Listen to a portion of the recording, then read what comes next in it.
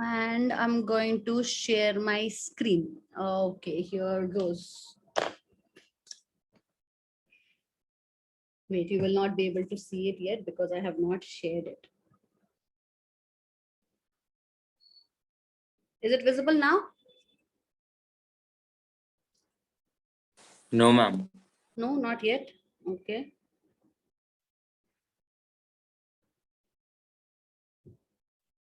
अभी मुझे तो दिख रहा है. Are you guys not able to see it? No, ma'am. Not yet. Okay, okay, okay. Yes, ma'am, it's visible now. Okay. All right. So let's talk about your atoms. Okay. Now, when you basically say the word atom, what you are talking about is this very, very tiny structure. Okay, that is going to make up your entire matter. So we're talking about something that looks this tiny. Okay. Now, right now I'm making it large, but when you are going to, go to the actual size on one singular needle head, just like your cells, you're going to have multiple atoms. In fact, if you understood how tiny your cells are, imagine that one cell, okay, this is your one cell, it has a nucleus. That nucleus could be made up of multiple, let's say about 10,000 atoms. That's how small atoms are. Okay, and the smallest atom that we know of is your hydrogen atom. Okay. Ma'am, can you please repeat? Yes, I said that one singular cell is very small, right? When we were talking about the fundamental unit of life, you remember I told you that a cell is very, very tiny structure. It Yes. is so tiny that you can have thousands of them on one needle head. Okay. Now imagine if a cell is so small and it has a nucleus, which is smaller part of a cell, that one nucleus is going to be made up of thousands of cells, thousands of atoms. That's how small one atom can be. And the smallest atom that we know of is your hydrogen atom. Okay. One singular hydrogen atom is going to have one proton, one neutron, and one electron. Okay. This one proton, neutron, and electron, these smaller things that are a part of your atom are called as subatomic particles. Subatomic particles. Okay. What these subatomic particles are going to do, they are going to give a certain kind of characteristic to your atoms. Okay. Now this electron that you see here, okay, I'm going to make another electron. This electron goes in a very defined path, which is a circular path around your protons and neutrons. Okay. So you have a proton and you have a neutron, and then you have this electron that keeps on going from one side to the other like this in a circular manner. The path that it traces out when it moves, okay, it makes this circular path. This circular path is called as an orbit. Okay. Or sometimes when sometime in your syllabus ahead, we are also going to call this as a shell. Okay, so by the time you come to your 10th standard, I'll teach you something where we are going to learn what happens if these shells are going to mix with each other and a lot of falana dimkana. Right now, you need to understand that this particular atom is going to have this arbitrary, okay, it is not visible to us. This is an imaginary line, okay, through which your electrons are moving around, and this line through which the electrons are moving around is called as an orbit. Okay, each orbit or each kind of shell in which these electrons are going to move, it is going to have a specific capacity that it is going to hold these electrons in. Okay, so you are going to say that this is your first orbit, and in the first orbit you can have two electrons. Okay, but when you go to your second orbit, it needs to be black. Okay, when you go to your second orbit, you're going to see that in your second orbit you can have 1, 2, 3, 4, 5, 6, 7, and 8 electrons. Now when I drew these electrons, can you see that I tried to keep a similar amount of distance in all of them, right? So this is what your electrons are going to maintain throughout. Okay, each one of these electrons is moving in a particular direction like this.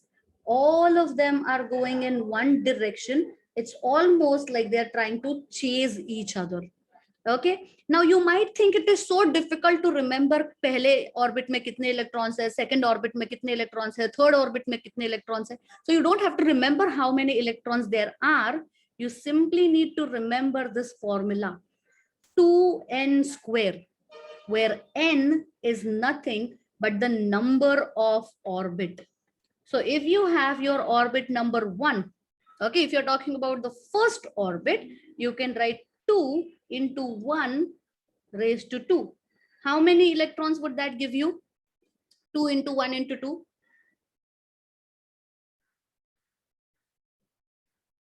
Calculate and tell me how many electrons is that? 2 into 1 square. 4, 18. Ma'am, 2. Ma'am, 2. 2. 2 electrons, right?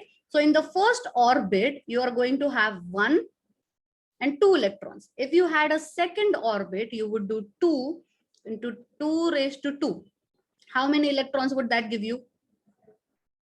2, 2, 2, 6 electrons, right? Isn't it? It should give you 6 Ma'am, 8. electrons. Should be Ma'am, 8. 8 electrons, exactly. How do you find this out? You do 2 into 2 square is 2 into 2. Okay, remember this is square. This is not 2. This is squared. So 2 to the 4, 4 to the 8. So in the second orbit, you are going to have 8 electrons. Like this, you will have multiple orbits and each orbit will have a certain number of electrons. Okay, now when you count these electrons, you're not going to say only 2 electrons or only 8 electrons. When you do the total, if an atom has 2 orbits and both of them are filled, the total number of electrons that this orbit is going to have is 10. Okay, so as the number of electrons is going to go on increasing, the number of these protons and neutrons will also go on increasing. Okay, now I'll tell you why. The electron that we just drew over here, okay, is going to have a negative charge, whereas this proton that you drew over here is going to have a positive charge. Okay, if you want both of these charges to be balanced, you want one negative, one positive, one negative, one positive. So every time you are going to go on adding one electron, you definitely want to add one more proton for it. Okay, so that you're going to have positive negative balance out each other, and these electrons are not going to collapse into the nucleus. Okay, is that making sense? Now this is all. Yes, sir. How could the electrons collapse into the nucleus? Because now see, okay, you are going to have positive, positive, positive, positive, 4 positives here. And let's say you have 1 negative, 2 negative, and 3 negatives. Okay, now there is more amount of positive charge and less amount of negative charge. Barabar, the positive charge is going to pull the negative charge toward itself, but this one positive has nothing to pull. Okay, so if you are going to have an imbalance, what will happen? Whatever new electrons you will get, if they don't balance it out, they will simply get attracted more toward this side and they will go into the nucleus. If you have less positive and more negative, the same thing will happen, because now the balance are not established. Okay, and because there is no balance, it has to go somewhere. Now it can't move outside this orbit because, okay, understand this part. If you are going to be a part of this orbit, to go to the orbit over that orbit, okay, it's imagine like this is your grade 1, this is your grade 2, and the third orbit is grade 3. In order for you to go and be a part of grade 3, you have to pass grade 2. You need to know all the things for grade 3 so that you can go and sit in grade 3. These electrons don't know anything as to what is to be done in grade 3. They don't know division, they don't know multiplication. So they will go to the grade 3 class, but they will not be able to do anything. So what is better for a grade 2 class child to do? If they don't want to sit with their own classmates and they want to be good at their work, they should go to grade 1, right? This is exactly what your electrons are going to do. If they can't go out and if there is no balance, the next logical pathway for them to go is toward the center where they can collapse down. Okay, when your electrons start moving towards the nucleus, your nucleus is undergoing a big bomb explosion. Okay, you definitely don't want this to happen. So we always and always try, these atoms always and always try to not let that happen. So the ultimate life goal, okay, now let's talk about life goals for a second. The ultimate life goal for you could be to become a pilot or a doctor or an engineer or maybe a digital artist or a guitarist, whatever your life goal be. Okay, my life goal was to become a teacher, so I did that. So now just like that, for this particular atom, there is one life goal. Any atom will have only one life goal. And do you know what that life goal is? It is to have the exact total number of atoms, total number of electrons that it can occupy. If this atom has one electronic shell, okay, if it has just one orbit, its life goal is to go and get 2 electrons. Kaise bhi chalenge. But the life goal is to get 2 electrons. The minute you get these 2 electrons, okay, what you are going to become is a noble gas. Okay, so you are going to turn into something called as noble gas. Noble gases are inert. Inert matlab they have reached the Baba stage. Okay, they're like, what's हमें कोई फर्क नहीं पड़ता. तुम उनके पास आग लेके जाओ, वो जलते नहीं है. तुम उनके पास रिएक्शन मिक्सचर लेके जाओ, वो रिएक्ट करते नहीं है. तुम उनको किसी सब्सटेंसेस में मिक्स करो, वो मिक्स होते नहीं है. They're just like, हमें नहीं चाहिए. Okay, very calmly they're like, नहीं what's नहीं चाहिए. That is your noble gases. All of the atoms ultimately want to go and become noble gases, because what noble gases have is the exact maximum number of electrons that they can keep. Okay, but now let's say अब हम सब लोग अगर बाबा बन गए तो नहीं चलेगा ना. We can't all become babas. So we have to settle for something which is like next good thing. So the next good thing is to be a good person, maybe not as good as the gods are, but just a better good person, at least half of what they are. So if your atoms can't reach this complete configuration, okay, if they can't have the exact number of electrons that they need, then the next thing they settle for is exact half amount of electrons. तो अगर मेरे पास एक atom है जिसके पास complete 32 electrons होने चाहिए, okay, outermost shell में उसके 32 electrons होने चाहिए, but now उसके पास 32 electrons है नहीं. So he will be like, okay, देखो फिर मुझे ना 31 चाहिए ना 30 चाहिए. Then what I want is 16 electrons in my outermost orbit. If you give me 16 electrons in my outermost orbit, I will not be reactive. मैं किसी से झगड़ा नहीं करूंगा, मैं किसी के साथ react नहीं करूंगा. I will not go and fight. I will not do anything wrong. I will be almost like a noble gas. Is that making sense? Are you following? Yes. Ma'am, can you please repeat this one?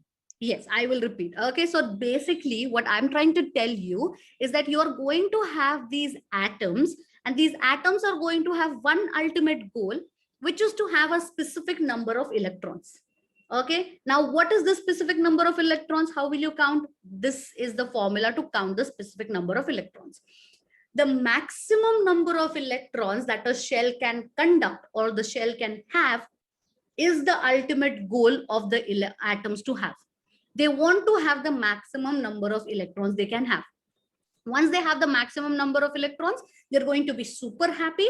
They're like, I will not react with anyone. I will not mix with anyone. I will just live my life the way I want to. No one to come and interrupt me. I will not go and interrupt anyone.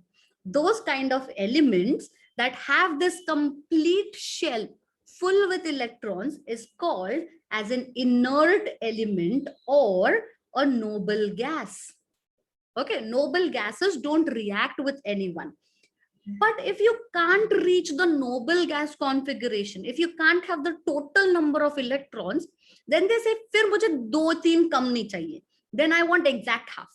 So if your father says that he will give you some amount and he says that I will give you 13 rupees, you'll be like, मेरे को 13, 14 ऐसे कुछ half amount मत दो, फिर directly 10 दे दो या फिर 20 रुपए दे दो. Don't give me like half बीच वाला amount.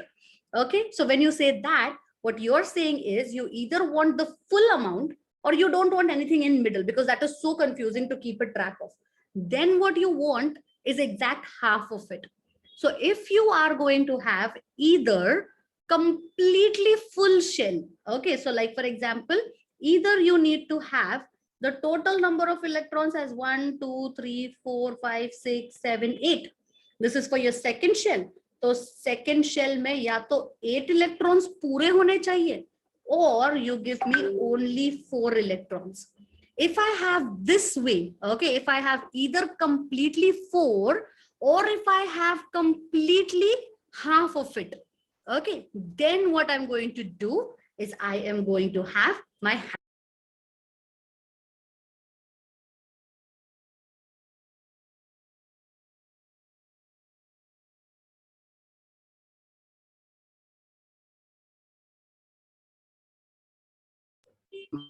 Can you hear me now?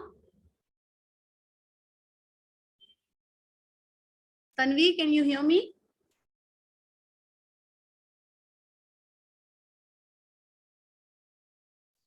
I don't know if they're able to hear. Can one of you please let me know that I am audible? Yes. Okay, better. Yes, ma'am. I don't know. Somehow I think it just started to rain and it went off. Just give me a second. Okay, so here we go. So like I was saying, okay, you are going to have these atoms who want to have either their shell completely full or incompletely full. Only then they're going to be happy. Okay, this is something that we are going to explore a little bit more. Now, when I say that there are going to be atoms that are going to have 1 electron, 2 electron, all the way to 198 electrons, each one of this atom is going to be given a very a particular kind of, or a very special kind of name, and they are going to have very special kind of properties as well. Okay, and in order to understand all of this, okay, there was a person who was very interested in this, and he was like, okay, I don't understand how all of these atoms are able to do these different things that they're able to do. So it was very far in the history, okay, where you can say somewhere in the year 1900, that people had just started to understand everything that you know about electrons today. Okay, so it was only known to the people that there is something which the matter is made up of, and if you go on cutting the matter into smaller and smaller and smaller pieces, you will one day finally reach a point, okay, where you can't cut that thing down anymore. Like for example, if you take some amount of potato, okay, and you say that, okay, I'm going to cut my potato now, there is a limit to how many times you can cut that potato, right? After a point, you will get to a smallest piece of potato and you will not be able to cut it. That is what people thought about matter. So they said that atom has to be this one thing which is like the smallest part of any matter. You cannot cut it down anymore.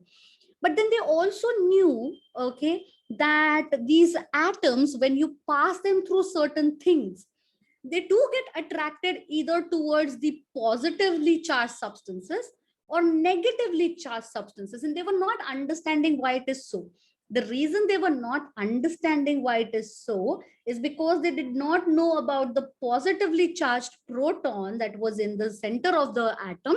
Neither did they knew about the negatively charged electron that was present in their electrons. Okay, they did not know of the existence of the two, and therefore even before the electron was being identified, okay, there were people who had said that there has to be something that is making these atoms have a certain amount of charge. Okay, so there have been discoveries that have taken place, and there have been a lot of people who have worked onto their theories, and then they told us, okay, that there is going to be this particular kind of part of your atom that is going to give you either a positive charge or a negative charge. Okay, so the first person who came up with this particular theory of atom, his name was Dalton. Okay, and what Dalton said is, you should have this one piece which you cannot simply you cannot simply divide it into any more pieces. You need to have this one particular substance which cannot be redivided. And he said that it was very important that your atoms be arranged in that manner, otherwise it would just not make any sense. So when he suggested what an atom should look like, okay, he said that if this is how we consider our atom to be, इस atom के अंदर somewhere randomly there must be some positive charges, and somewhere there must be a few negative charges present.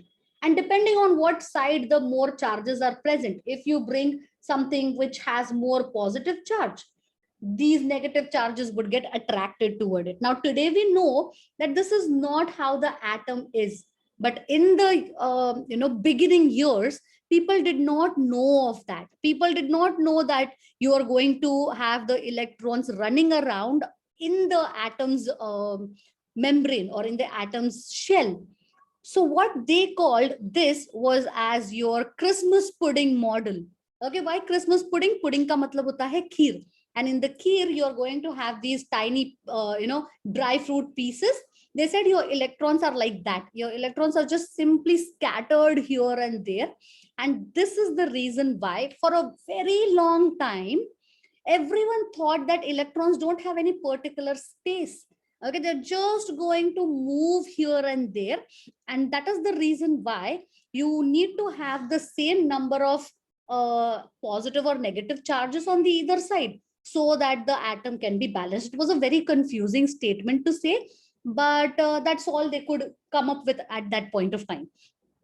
Then came a new person. Okay, now this other person who was also studying the same phenomena said that I don't know, this doesn't make very a good sense to me. It can't be like this. How can an atom be so haphazard?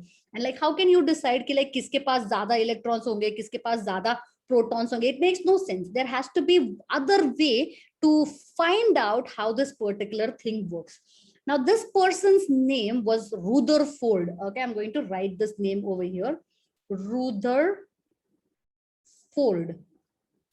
Okay, now what did your Rutherford say? So Rutherford said that electrons need to be arranged in a particular manner. And I'm going to find out if these electrons are going to have any specific kind of affinity, if these electrons are going to have any specific kind of arrangement. Okay, so he's designed an experiment for this, and he chose certain particles that would flow through certain substances. Okay, he decided to go and use a gold foil, which was very, very thin. Okay, he chose a gold foil that was made up of hardly 1,000 atoms stuck together. Okay, now when I say 1,000 atoms, you mean that it was thinner than this. Okay, now imagine a very thin paper. Even that one thin paper would be made up of thousands of atoms stuck onto one after the other. So like this, like this, like this, like this, you would have thousands of atoms in one row, and that would make a thin gold foil. Okay, I'm going to write over here, thin gold foil. Now, before I take you any further in this concept, okay, I need you to understand that hydrogen atom is this small, but a gold atom is this big. Okay, so when I say that it is made up of 1,000 atoms, those 1,000 atoms are not hydrogen atoms. Those 1,000 atoms are atoms of gold, that is Au. Okay, now when I say that one atom is small or one atom is big, In order to remember which one is big and which one is small, you need to remember all the atoms first. Okay, now before we go on and understand Rutherford ka experiment, tell me, have you heard of something called as a periodic table? Do you know what a periodic table is? Yes? Yes, ma'am. You know what a periodic table is? Can you tell me in short what a periodic table is? Just like a small introduction, like what exactly would a periodic table be? Yeah. Ma'am, it consists of atomic numbers, atomic mass, Okay. and Looking for a elements bit and specific numbers. arrangement of words. What if I told you a periodic table is nothing but an arrangement as to how the different atoms are going to be placed together? So when you do assemblies in school, right? You remember earlier when the school was functional, your teachers would take you on a ground and then they would tell you, stand height wise. So you would take the butler guy in the class and you would be like, tu sabse aage rukega kyunki tera height sabse kam hai. But the tallest person in the class would stand at the end point, and then everyone in the middle would be like, okay, let me check my height with you, and then you would stand according to height, right?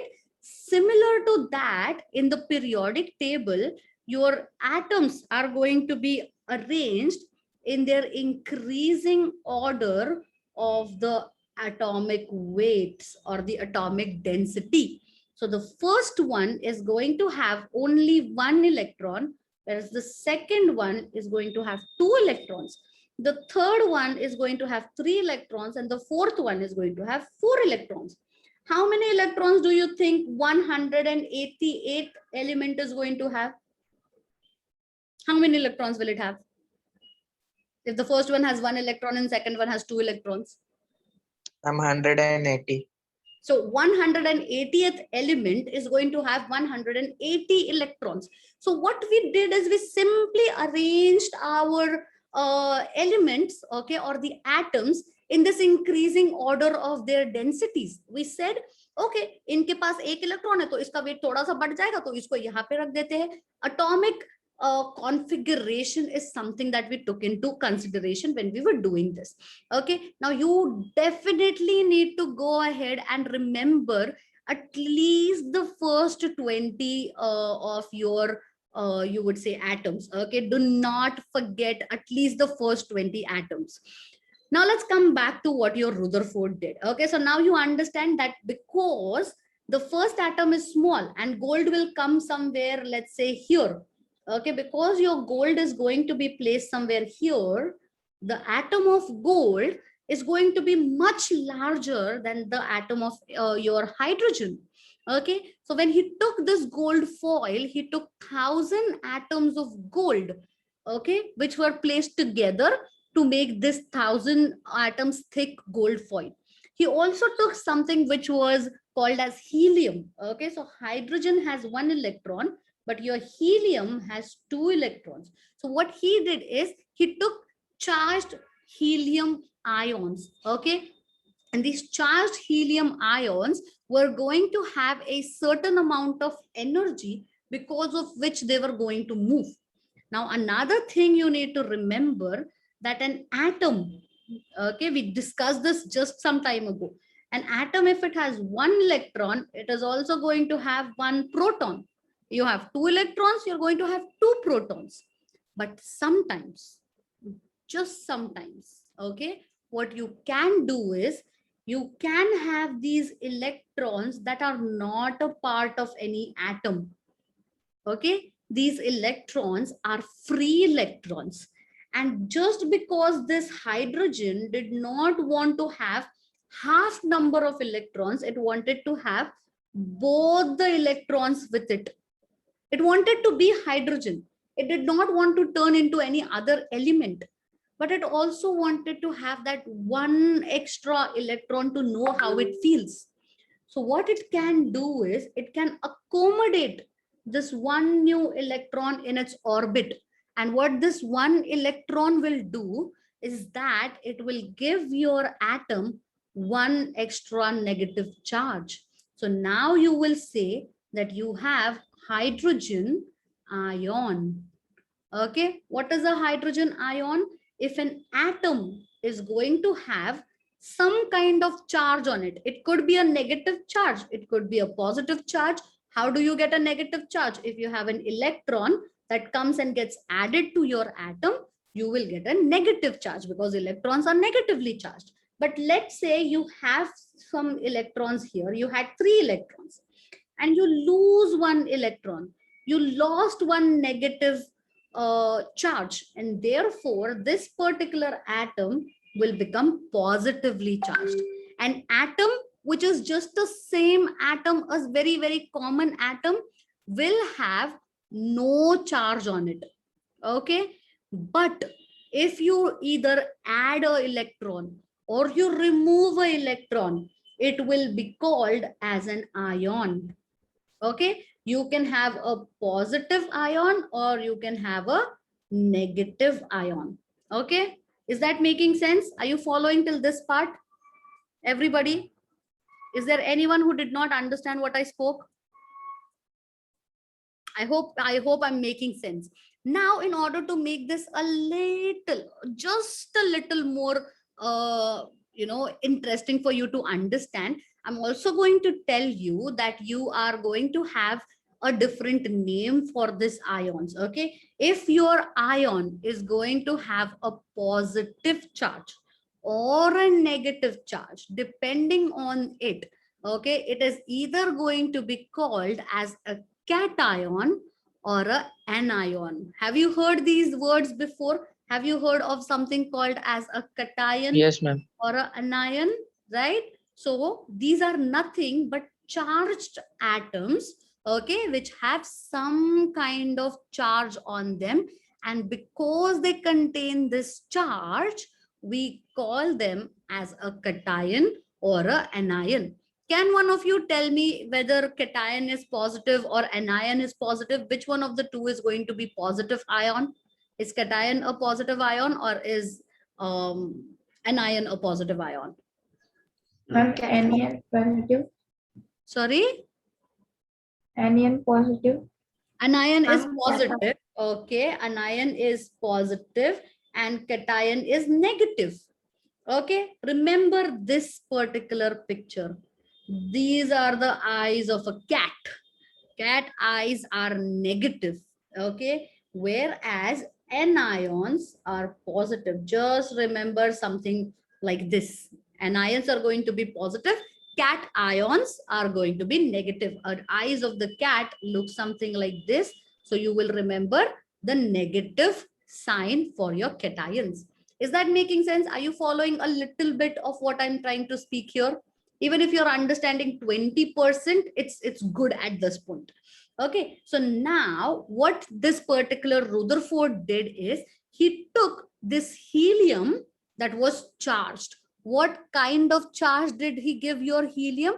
He gave it a positive amount of charge. Okay, now he expected that when you would bring these charged particles towards your gold atoms, okay, because these gold atoms were going to have a certain kind of charge, and so did your the cations that he used or the anions that he used, the alpha particle, they should either attract towards your gold foil or they should get reflected towards the gold foil. One of the two is expected. So let's just take a look at what exactly Rutherford did, and that is where we are going to stop for the day. Okay, once you understand this concept, I'm just going to show you a very small way of remembering the atoms, and that is where we are going to stop. I'm not going to give you anything more to understand. Okay, this is where we'll stop, and then we'll continue back when we meet for our next session. So just give me 1 minute and I will show you what exactly Rutherford has done in his experiment. Okay, so give me a very tiny second. The experiment that he conducted, okay, it was called as Rutherford's gold foil experiment. Okay, why gold foil experiment? Well, technically because it took place with the help of a gold foil. Okay, so I'm just going to show this one to you. Let's look at a good picture. Yes. So I'm going to share my screen and I want all of you to pay very good attention to what is being done here.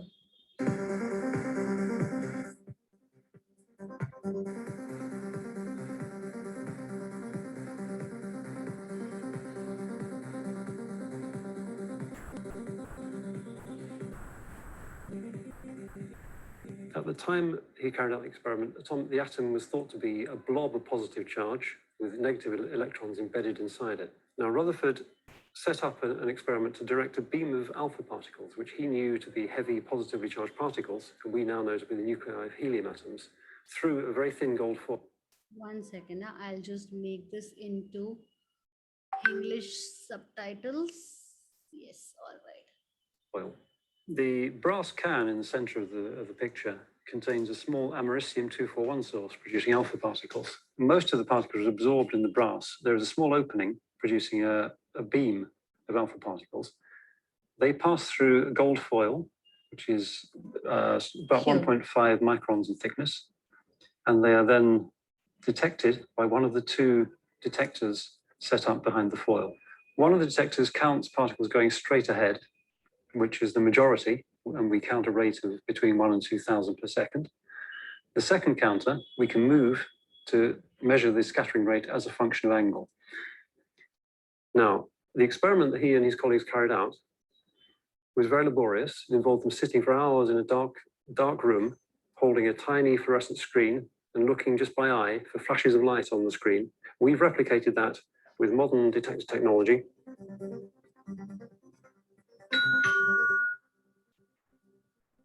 In its current position behind the foil, it will measure one count every few seconds.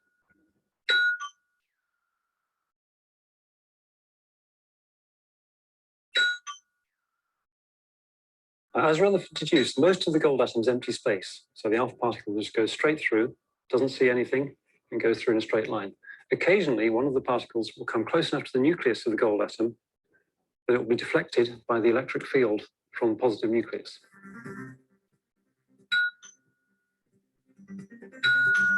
If it comes at a glancing blow, it will be deflected through a small angle. If it hits it head on, it will just bounce straight back.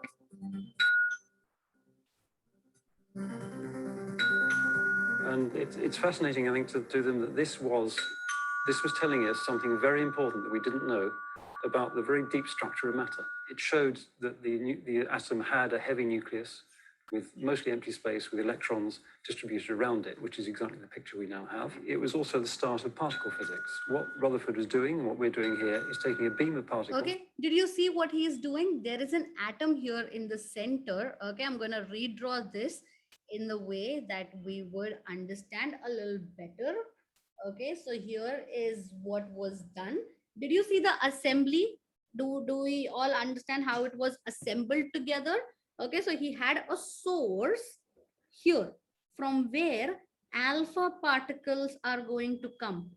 Okay, these alpha particles are going to hit onto a gold foil. This is your gold foil. Behind the gold foil here, there is a detector. Okay, and there is a similar detector placed on the other side of your gold foil like this. Okay, now what is going to happen whenever you're going to release these alpha particles from here? Okay, from here, whenever the alpha particles are going to come, in this particular foil, there are multiple electrons of gold that are present like this. Sorry, atoms of gold that are present like this, right? Multiple atoms of gold are present. The thing is that one atom of gold is going to have a space like this. Okay, and the electrons are not present anywhere in arbitrary distance, but the electrons are present in a very specific location like this. They are not present anywhere you want, but the center of these atoms, the one over here, is the one that is going to have some amount of positive charge. So there's positive charge in the center. when this particular positively charged beam comes towards the positively charged center, it gets deflected because positives and positives repel each other, right? And when it does not come in contact with your nucleus, those beams of your alpha particles, okay, the ones that are coming like this, which are not hitting an electron or not hitting a particular center of an atom where there is a positive charge of proton, they would come and hit on this detector. The ones that would get deflected would hit on this detector. And that told Rutherford that there are some positive charges in your gold foil that are not allowing the alpha particle or the charged particle to move, but they reflect those charged particles away. And based on this, he made a new model of your electrons he made a new model of your atoms. And that is one of the most, you would say, accepted model of atoms ever. Okay. After that, what happened is we came to a new person's theory. Okay. That was your Bohr's model. And Bohr gave you a more advanced view on this, because what Rutherford said is, this is how your atom is going to be. There is going to be some positive charge in the middle, and then rest of the atom is simply made up of negative charges. This is what he said. And that was something that was making sense until we realized that most of the space in the atom is empty, but then it is not full of negative charge. It is just empty. The space is just empty. And very few particles actually get deflected if they are negatively charged. So there can't be too many electrons present as well. So if the electrons are not present in all of the place, then how is it that negative particles only get deflected at some point? So these drawbacks of the theory of Rutherford had to be fixed. And that's when a person by the name Bohr, B-O-H-R, Bohr, came into picture. And then Bohr told us that in fact, you know what is happening? Your atom is going to have multiple layers of shells like this, or orbits. And it is in these orbits that you are going to have all of your different electrons that are going to be distributed. Okay. And these different atoms that are going to have different distributions of electrons are basically what we are looking at. And so he said there is going to be this first place where you are going to have nothing but a nucleus, and nucleus is going to have nothing but protons and neutrons in it, where neutrons are going to have no charge at all, but your protons are going to have a positive charge. Okay. After he said this, he also told you that whenever you look at an atom, there are going to be multiple shells that this atom is going to be made up of. And each shell is going to have a certain number of electrons in them. We just learned some time back what the way is to calculate these number of atoms, okay, or the number of electrons. Once you understand that, we were like, oh my God, this makes so much sense. Let's follow this molecule or this particular model only. And thereafter, whenever we draw our atoms now, you would see, you might have seen this image multiple times till now. Okay, have you seen something that goes like this? Yes, you must have seen this diagram, right? Even on your chemistry textbook, something like this. Have you seen it? Tell me. Yes. Yes, ma'am. Right? You know what this is? This is the model of atom. This is the model of atom that Bohr gave you, which is drawn in 3D.